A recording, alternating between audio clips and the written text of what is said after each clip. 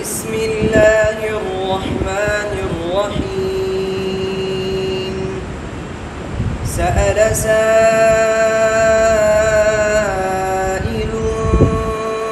بعذاب واقع للكافرين ليس له دافع من الله ذي المعارج يعرج الملائكة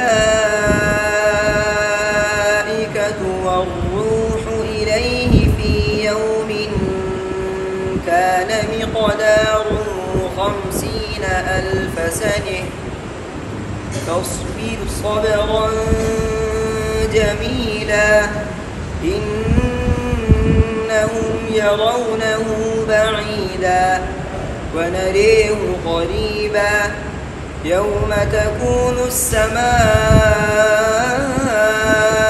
كالمهل وتكون الجبال كالعهن ولا يسأل حميم حميما يبصرونهم يود المجرم لو يفتدي من عذاب يومئذ ببنيه وصاحبته وأخيه وفصيلته التي تؤويه ومن في الأرض جميعا ثم ينجيه كلا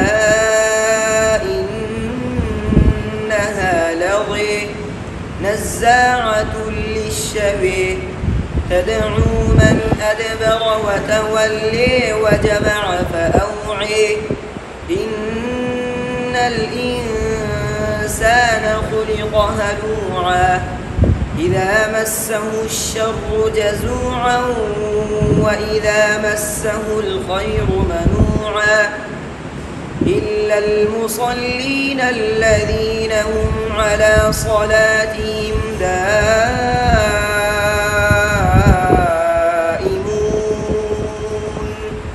والذين في أموالهم حق معلوم للسائل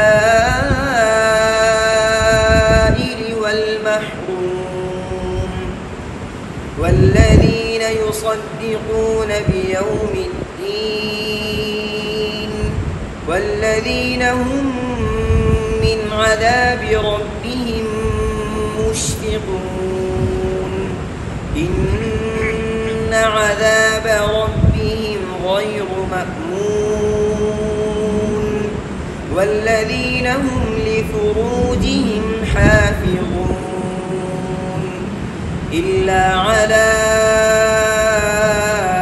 أزواجهم أو ما ملكت أيمانهم فإنهم غير ملومين فمن ابتغي وراء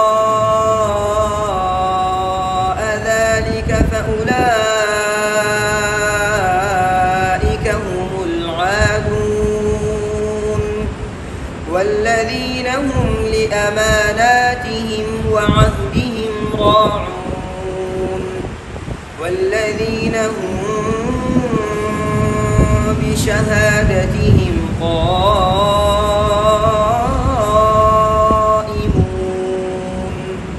والذين هم على صلاتهم يحافظون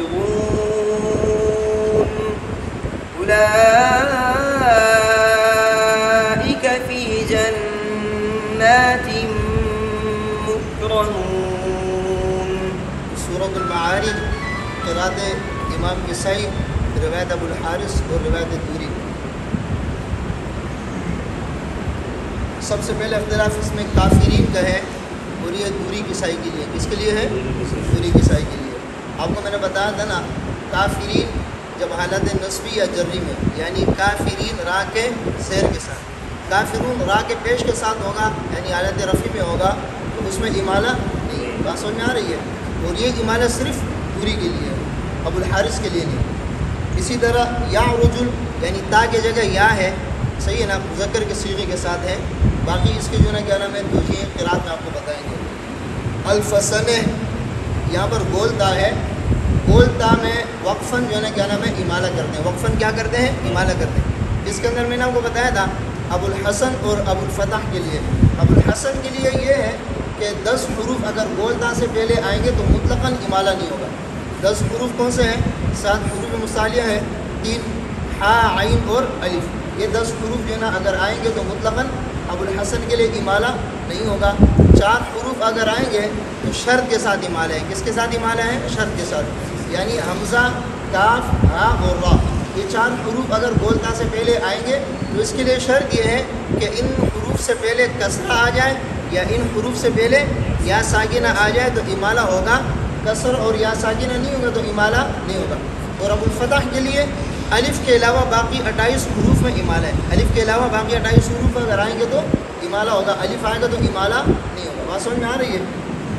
اسی طرح وَنَرَيْهُ یہ بھی دونوں راویوں کے لیے امالہ ہے، یومئذ میم پر زبر ہے، یہ بھی دونوں راویوں کے لیے ہے، لغوئے میں امالہ یہ بھی دونوں راویوں کے لیے ہے، نزاعۃ للشوے تاکہ ضمہ کے ساتھ ہیں، باقی اس کی جو ہے کیا نام ہے توجیہ قرات میں آپ کو بتائیں گے انشاءاللہ۔ وتول فاوع اور یہ جو امالے ہیں فمن ابتغ یہ دونوں راویوں کے لیے ہے، بشہادتہم یعنی واحد کے ساتھ ہے، یہ بھی دونوں راویوں کے لیے ہے۔ بات سمجھ میں آ رہی ہے؟ فما للذين كفروا قبلك مهطعين عن اليمين وعن الشمال عزين أيطمع كل امرئ منهم أن يدخل جنة نعيم كلا إنا خلقناهم مما يعلمون فلا أقسم برب المشارق والمغارب إنا لقادرون على أن نبدل خيرا منهم وما نحن بمسبوقين فذرهم يخوضوا ويلعبوا حتى يلاقوا يومهم الذي يوعدون يوم يخرجون من الأجداث سراعا كأنهم إلى نصب يوفضون خاشعة أبصارهم ترهقهم ذلة ذلك اليوم الذي كانوا يوعدون۔ یہ بشہادتہم دال کے زبر کے ساتھ ہے، کڑے زبر کے ساتھ نہیں ہے، دونوں راویوں کے لیے۔ اور الا نصبی نون کے زبر صاد کے سکون کے ساتھ یہ بھی دونوں راویوں کے لیے ہے۔